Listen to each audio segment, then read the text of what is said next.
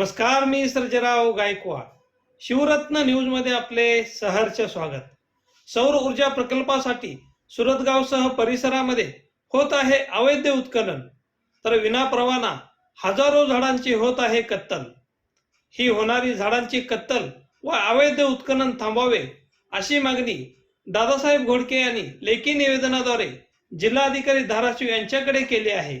तुळजापूर तालुक्यातील सुरतगाव ते गंजेवाडी गावादरम्यान शिवारामध्ये जवळपास 300 ते 400 एकर जमिनीवर ज्युनियर ग्रीन एटा 5 प्रायव्हेट लिमिटेड या कंपनीच्या वतीने सौर ऊर्जा प्रकल्प करण्यासाठी तेथील शेतकऱ्यांच्या काही वाहिक व पडीक जमिनी 28 वर्षे भाडे करारावर घेण्यात आल्या असून हा सौर ऊर्जा प्रकल्प तयार करण्यासाठी मोठ्या प्रमाणात त्या ठिकाणी अवैध उत्खनन होत आहे, तर विनापरवाना हजारो झाडांची खुलेआम कत्तल केली जात असल्याचे जिल्हाधिकारी साहेब यांना दिलेल्या निवेदनात नमूद केल्याचे दादासाहेब घोडके यांनी सांगितले. धाराशिव जिल्हा हा दुष्काळी जिल्हा म्हणून ओळखला जातोय.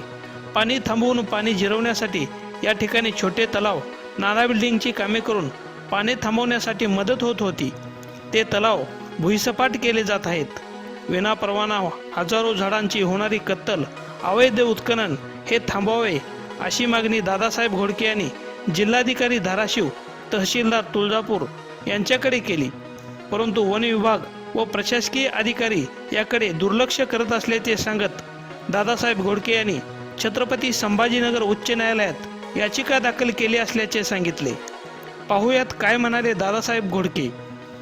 सुरतगाव गंजेवाडी या शिवारातील मनमानी सौर ऊर्जेचा कारभार दाखवत आहेत. या 300 ते 400 एकर जमिनीवर कुठल्याही परवाना नसता लाखो झाडांची कत्तल केली आहे.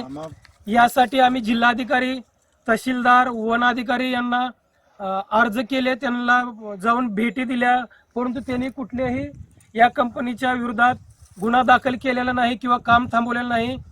या वृक्षतोडीला आळा घालण्यासाठी मी हायकोर्टात संभाजीनगर येथे याचिका दाखल केली आहे.